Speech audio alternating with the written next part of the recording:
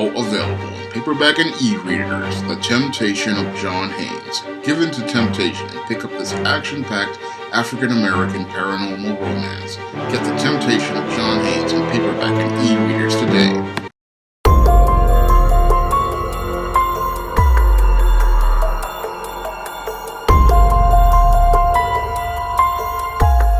New York Police Commissioner Edward Caban stepped down from his position as Commissioner of the NYPD yesterday.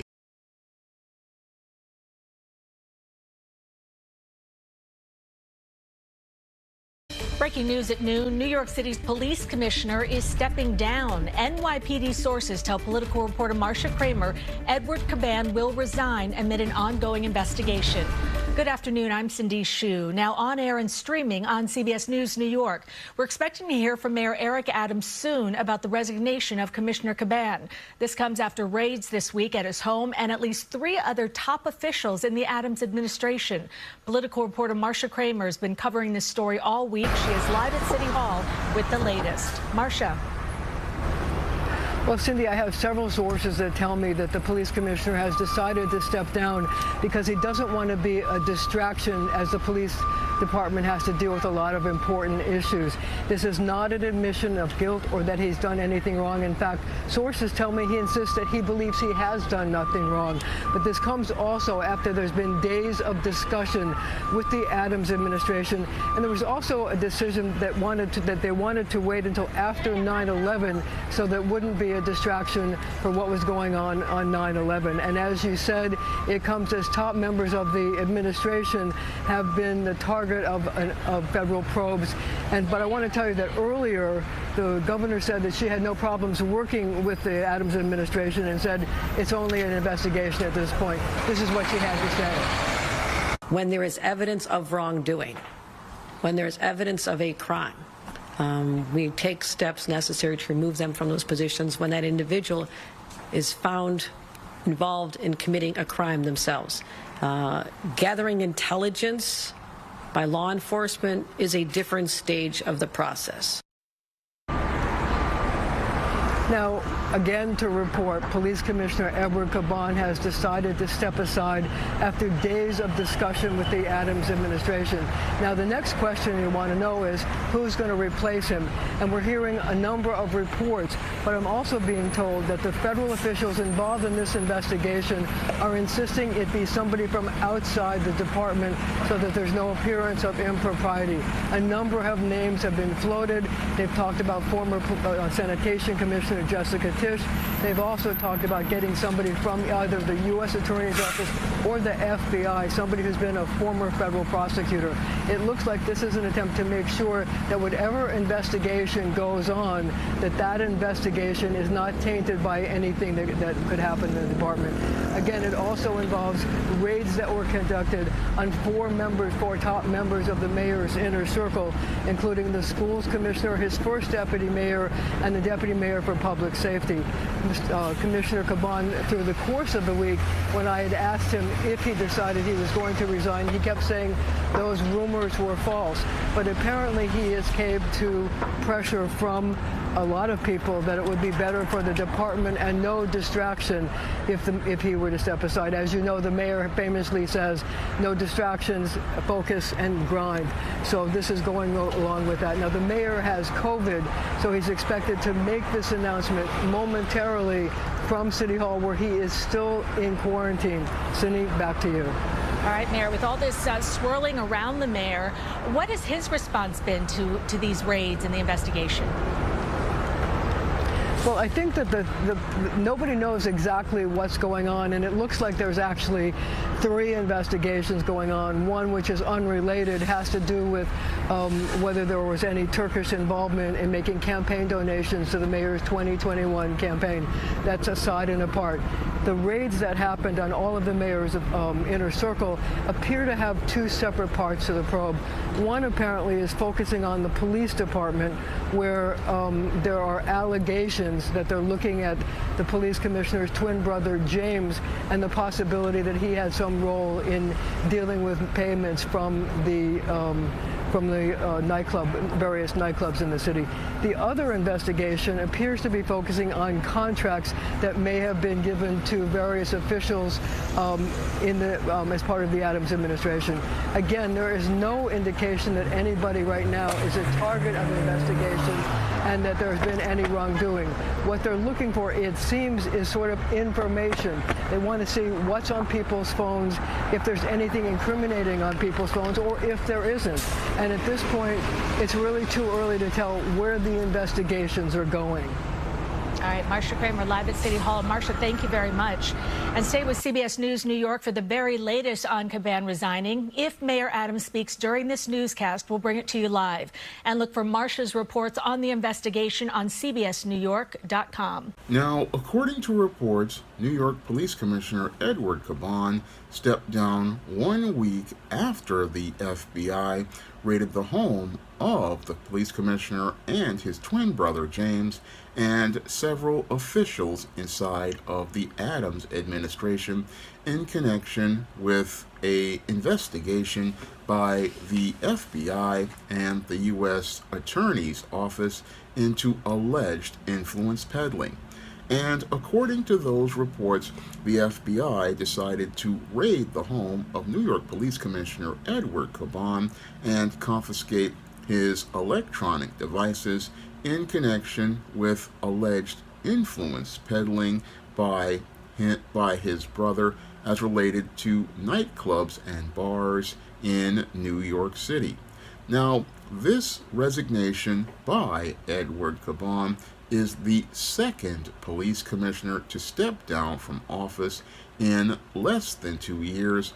The first police commissioner, the first black female police commissioner, Caban Sewell, wound up resigning her position back in 2023 after allegations of Eric Adams looking to undermine her authority as police commissioner. And after Caban Sewell wound up stepping down from her position as police commissioner of the NYPD, Eric Adams appointed Edward Caban, the first Hispanic police commissioner, as his interim police commissioner, and then appointed him to be the full commissioner later on in July of 2023. And he was the police commissioner until the FBI wound up raiding his home a week ago and wound up stepping down only due to heavy pressure from New York City Council members and the New York Post editorial board, which demanded that Edward Caban wind up stepping down from his position as police commissioner. Now, Edward Caban possibly also was persuaded to step down as police commissioner by New York Mayor Eric Adams, who basically has been under siege from multiple federal investigations and also is dealing with an extremely low approval rating after his mishandling of the migrant crisis here in New York City and the fact that the city's whole fiscal situation is not really in good shape overall. Now, all of these different investigations optically look bad for New York Mayor Eric Adams, and basically with this whole situation with the police commissioner, I guess he basically wanted to find a way to keep this whole scandal from undermining him, because he basically ran on being a former police officer, and as he ran on being a former police officer, he ran on looking to clean up the crime in New York City. Unfortunately, with this whole case as related to Edward Caban, this basically is a black eye on Eric Adams, because it basically shows how, while he was a former police officer looking to fight crime in New York City, his officials basically have allegedly dirty hands, and that optically looks bad for a mayor who already has one of the lowest approval ratings for a mayor in the last 25 years and is possibly up for re-election next year, and is facing stiff competition from people like Brad Landers, who wants to look to hope to primary New York Mayor Eric Adams and get him out of his position as mayor in a primary before a general election where he would basically, again, not even be on the ticket. So with all of these mounting pressures on the mayor, he basically is what he's looking to do is possibly hoping to try to get out from under this whole situation as related to this investigation into his police commissioner by persuading him to resign. Now, Edward Caban has not been indicted or charged with anything as related to alleged wrongdoing, but has decided to possibly step down because, again, this optically looks bad for the mayor, for his police commissioner to be in the middle of an investigation as related to his prospects for the 2025 election and also the Blue Party's prospects for the 2024 election, because for a mayor to have a police commissioner involved in an investigation into influence peddling optically looks bad overall for the party, and the party basically possibly looked to persuade him to step down because they wanted to, again, get this guy off the board in this game of political chess. Now, this whole game of political chess is what Eric Adams, I believe, is trying to play as related to this whole situation regarding these multiple investigations that are going on with the federal government. And it looks like to me that Eric Adams is looking to try to play a political game of chess and not understanding the subtle politics transpiring around him. Now, Eric Adams, when he got elected in 2021, was the city's second black mayor behind David Dinkins, and this second black mayor behind David Dinkins ran again on a campaign of being a former police officer who was going to clean up New York City, but optically what's happened here is he wound up appearing to be optically dirty as a guy who basically has used influence to, again, make deals behind closed doors that basically what's happening is white supremacy is looking to use those deals basically to turn against Eric Adams and use those deals against him basically to show that he is not a viable candidate for the office of mayor. Now, what's happening to Eric Adams is sadly he's reaping what he sowed, greater than what he sowed, later than what he sowed, for being a black bootlick. And sadly, what's happening here is what Professor Black Truth has stated in many of his videos when it comes to black bootlicks. Bootlick is a job without a retirement plan, and usually once white supremacy is finished using a tool, what they look to do is break a tool, and that's basically what's happening sadly here to Edward Caban. Edward Caban basically is a Hispanic tool that was on the side of Eric Adams' chessboard, and as a pawn on the chessboard, he's looking to sacrifice that player in order to try to stay on the board himself.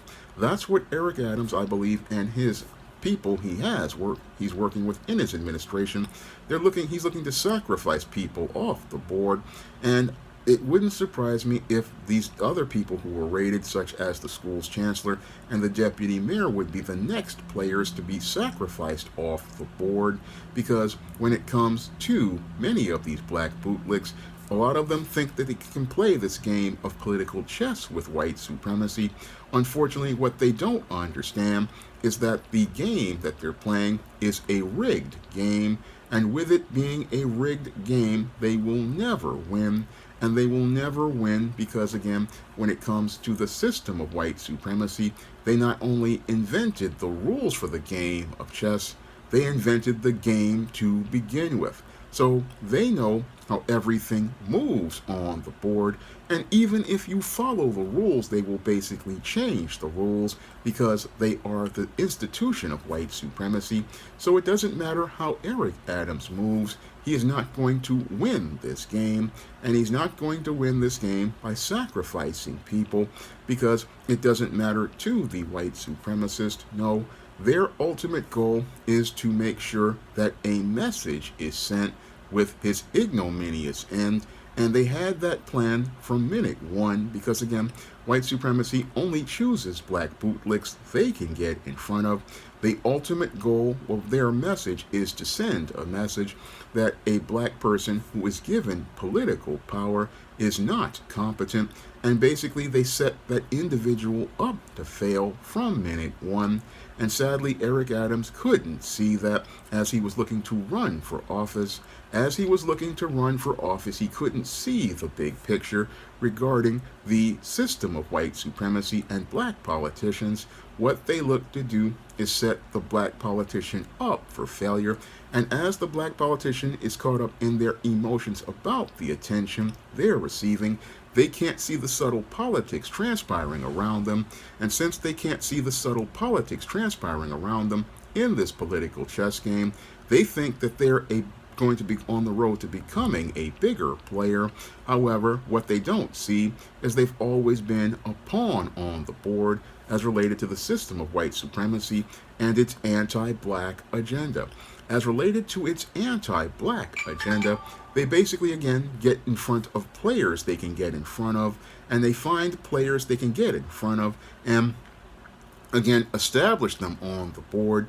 And as they establish them on the board, they basically, again, set those players up for failure, set them up for failure so that they can basically prove their point, a point they made in the movie Birth of a Nation back in the 1920s, I believe, a point where they said if a black person gets political power or economic power, they wouldn't be able to handle it. And sadly, Eric Adams basically proved these racist point from minute one, the minute he decided to side with Bill de Blasio, Andrew Cuomo, and Kathy Hochul by extending the vaccine mandate, extending a vaccine mandate for almost a year after the entire world wound up walking away from that vaccine mandate, all in his effort to clout chase. And in his efforts to clout chase, he didn't understand that the people he was looking to chase clout with were basically working against him.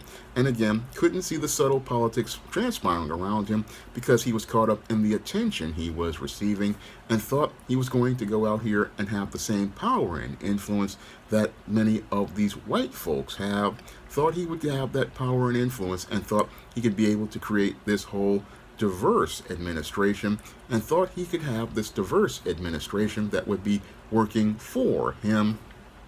But when it comes to the system of white supremacy, nobody is working for a black man. No, nobody's working for a black man. And basically what they want to do is, again, have him, sacrificing people off his board. But the ultimate goal is to make sure that the message that white supremacy wants made out here regarding black politicians is sent. And what they want to do, again, is send a message that Eric Adams is not a competent politician. He is not somebody anyone can trust. And basically what white supremacy wants to do is get Eric Adams' administration tarnished as related to its image, similar to what happened with New York Mayor David Dinkins, who thought he could run the city, but he basically was used as a political pawn by white supremacy to say, hey, we gave this black man a job as mayor, but the crime is through the roof due to the crack epidemic, and due to David Dinkins' indifference, he couldn't see the game that was being played as related to tarnishing his name. And sadly, Eric Adams basically followed in the same footsteps of this political game, and thought, again, he could go out here and be this mayor. And again, this is why they basically came after his police commissioner. And again, as he wound up getting caught up in these whole investigations, they gave him the advice to find somebody outside, and they got a white man, Tom Donlin, to become the interim police commissioner. And I believe he will eventually become the full police commissioner. And again, this is him not seeing the chess moves being done by, again, the system of white supremacy. Again, what they want to do is make a statement that when you give black and non-black people these kind of positions, they can't handle the power, and this is why you need white people to be in these positions of power. But Eric Adams basically was a useful idiot. He basically played into the hands because as a black bootlick, he thought he could go out here and be able to aspired for higher political office. This is how delusional he was, because he thought he could aspire to be a black president. He thought he could be the Biden of Brooklyn. But like Biden, he basically is leaving office his police commissioner is leaving office in an ignominious fashion. And what they want to do is make sure that Eric Adams also leaves in an ignominious fashion. They basically want to, again, put the pressure on to get Eric Adams out of office and destroy his office.